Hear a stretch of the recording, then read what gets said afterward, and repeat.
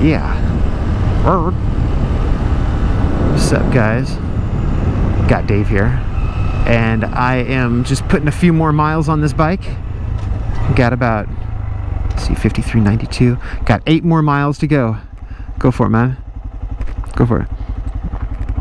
I can see how fast you're driving, and you do not want to get stuck behind me, I promise, because I am on the freaking Grom, which is way slower than you want to go. When I get home, I'm changing the oil in this bike, and the filter, of course, because I always do that every time. And I actually got the aftermarket Kitako side cover for this Grom a long time ago, because I wanted to do the oil cooler, and that is how you have to do it. You got to get the side cover, and then it's got the in and out ports for the oil cooler, and at the same time you upgrade the oil pump to the high volume oil pump. And I had the option of the 3-row cooler or the 5-row cooler, and I got the 5-row because I figured not only would it cool a little bit better, but it would hold a little bit more oil. So just do everything I can to make my bike stay cool as much as possible, you know, because I'm pretty much always floored on this thing in the canyon, like when I'm going up hills and stuff.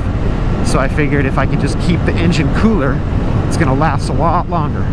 Alright, well, I just got home and I got my setup. I'm all ready for to change the oil in the Grom here, and nothing but the best for the little Grom, because I demand so much from it.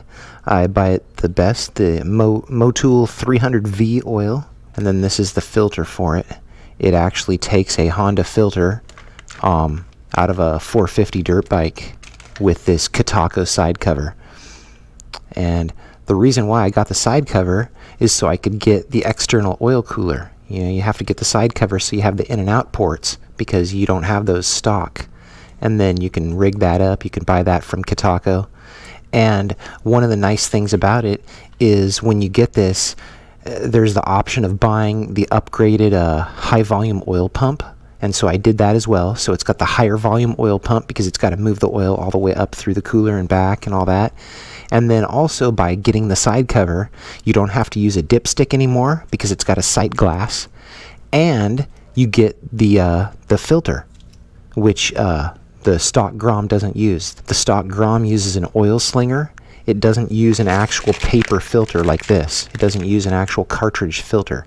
So this side cover is an awesome modification for the Grom, and it converts everything over so that it's like, you know, like sight glass, normal oil filter, then you got the cooler. It like makes it all good. And there are 2 bolts underneath here. There's a little one that's kind of at an angle, and I think that is for the cam chain tension.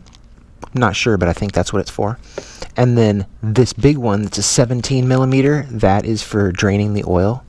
And like I always say, take the filler cap off, allow the crankcase to vent as well as possible so that when you pull that plug, it goes whoosh and hopefully washes more of the dirt out of the engine than it would with that in. That's my thinking. All right, and I'll loosen this. You got to be careful because since you want to go ride your bike around before you change the oil, you're gonna have, this pipe's gonna be hot. So watch out, don't be like and burn your hand on it. Pull that out, and then as it gets to the end of the threads, I'm pushing up right now to kind of like plug the hole. Oh crap! And then tried to be sly, and I wasn't.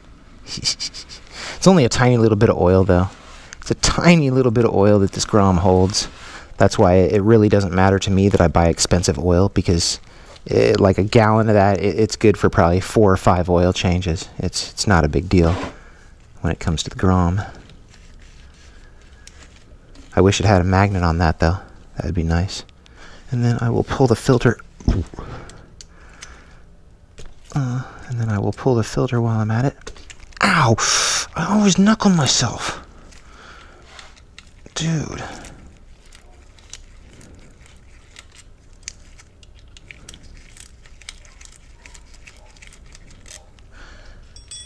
Alright.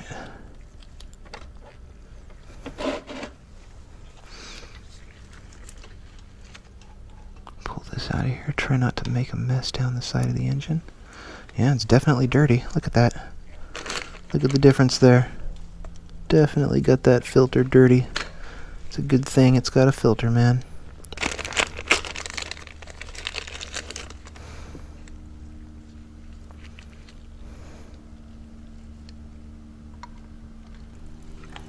Together? Okay, good. Make sure I get that in there properly, how it should be. I think it's got like a little O-ring to seal it.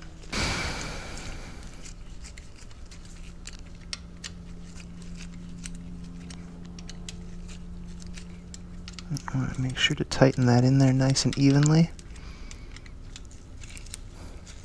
Snug it up so it doesn't fall out.